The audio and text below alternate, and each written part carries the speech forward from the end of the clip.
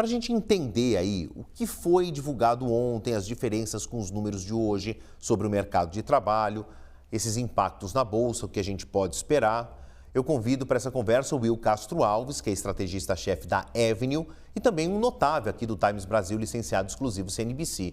Vamos falar sobre a aprovação da lei orçamentária e os dados do mercado de trabalho nos Estados Unidos, na Bolsa. Muita coisa para a gente discutir com o Will hoje. Will, muito boa noite, obrigado por participar aqui da nossa programação, como já é uma tradição semanal nossa. Vamos começar com essa diferença que chamou a minha atenção e de muita gente. Ontem tivemos o chamado ADP, que é uma prévia aí do payroll, muito diferente dos dados que foram apresentados hoje. O ADP está defasado, é uma outra lógica de computagem dos números. O que explica essa diferença e, principalmente, o que explica essa resiliência e esse mercado de trabalho nos Estados Unidos tão aquecido em meio a essas tarifas, uma incerteza do mercado privado? Será que eu invisto ou não? Não sei como é que vai ser a tarifação, mas mesmo assim houve bastantes contratações. As perguntas estão aí, o especialista é você. Desvenda esse nó para a gente. Obrigado, Favale, boa noite. Obrigado pela participação e por dar a oportunidade de explicar esse tipo de coisa, porque de fato são metodologias diferentes. A forma com que a ADP, né, que mede exclusivamente vagas criadas no setor privado, ela mede o emprego, e o payroll, que pega, além do setor privado, setor mais amplo, tira o agrícola, mas pega também governos. E a gente viu uma diferença e um volume forte de contratações de governos estaduais. Vai lembrar que a gente está ali na virada, né, de semestre, na mudança de semestre. Junho é o último mês do semestre, já se preparando para o próximo semestre. Então, houve uma forte contratação por parte de governos estaduais. O governo federal, na administração Trump, o Departamento de Eficiência, apesar de não ter mais o Elon Musk, ele continua cortando vagas de emprego, foram 7.000 a menos, mas os governos estaduais e municipais contribuíram positivamente, a parte de educação e saúde também contribuiu positivamente, aí teve uma criação maior, bem maior, né, do que aqui estava sendo esperado.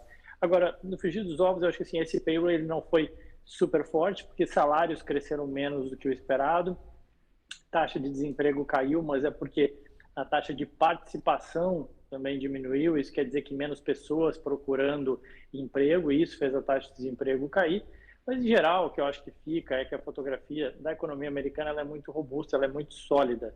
Veio desacelerando, é normal, a expectativa do próprio Fed aponta para um crescimento de 1,4% esse ano, veio de 2,5% ano passado, tem as incertezas, tem as tarifas, mas a gente já teve tanta incerteza ao longo da história dos Estados Unidos e não foi por isso que essa máquina continua a rodar. Então, acho que esse é o ponto importante e principal, né? A despeito dessas incertezas e desses nuances da economia, a economia ela continua rodando, acontecendo nos Estados Unidos e o mercado de trabalho continua criando postos de trabalho e a máquina continua girando. Will, outra coisa que chama a atenção, principalmente de leigos, é o seguinte, né? Essa subida acentuada, se a gente olhar nos últimos 10 anos, por exemplo, ainda mais acentuada nos últimos 5, pós-pandemia, do teto da dívida dos Estados Unidos, né? Então, a relação PIB com a dívida mais de 120%. Agora, o teto da dívida encostando em 40 trilhões de dólares. Pode chegar a um ponto do impagável e isso gera uma preocupação, talvez a médio, longo prazo?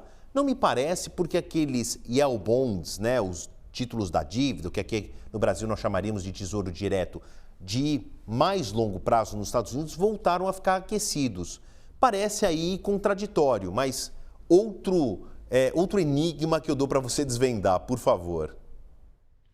Não, claro que a situação fiscal ela preocupa e até uma correção importante. Muito se fala que essa Big Beautiful Bill do Trump vai adicionar 3 trilhões de dólares de déficit. Esse é um cálculo, é uma estimativa, né, baseado nas receitas, nas projeções de receitas e despesas e para os próximos 10 anos. Não é que ano que vem a conta aumenta em 3 trilhões, não. Estimado em 10 anos que gere, né, esse déficit adicional. Não estou querendo diminuir 3 trilhões, mais de 3 trilhões de dólares é muito dinheiro, tá? Mas tem que sempre pelo menos entender do que se está falando, tá? Então, acho que assim, em relação a essa questão do déficit fiscal, dívida, teto de dívida, essa é uma realidade do mundo, né? A gente vê a Europa, sérios problemas, a gente vê o Japão, então nem se fale. A gente discute sobre isso no Brasil. A questão fiscal é um problema no mundo inteiro. Ela foi acentuada, ela foi um modelo que foi, de certa forma, acelerado em 2008, ou criado, aumentado em 2008 e depois acelerado em 2020. Você joga dinheiro na economia, dá estímulo fiscal e a economia volta a crescer. Mas a gente sabe que isso tudo tem um limite, que você tem que fazer um grande ajuste. Esse ajuste não é só nos Estados Unidos, é na Europa, no Japão, no Brasil, é no mundo inteiro. Tá? Então, esse é um ponto. E aí, quando você olha isso, né, os fluxos de capitais, eles buscam locais para você investir. E todos os locais têm os seus problemas. A gente fala muito do problema dos Estados Unidos, mas esquece de olhar também os problemas que tem na Europa, nos outros lugares. E aí, quando você olha, você vê que, bom, ainda assim, os títulos de dívida americana pagam bem mais que os títulos europeus.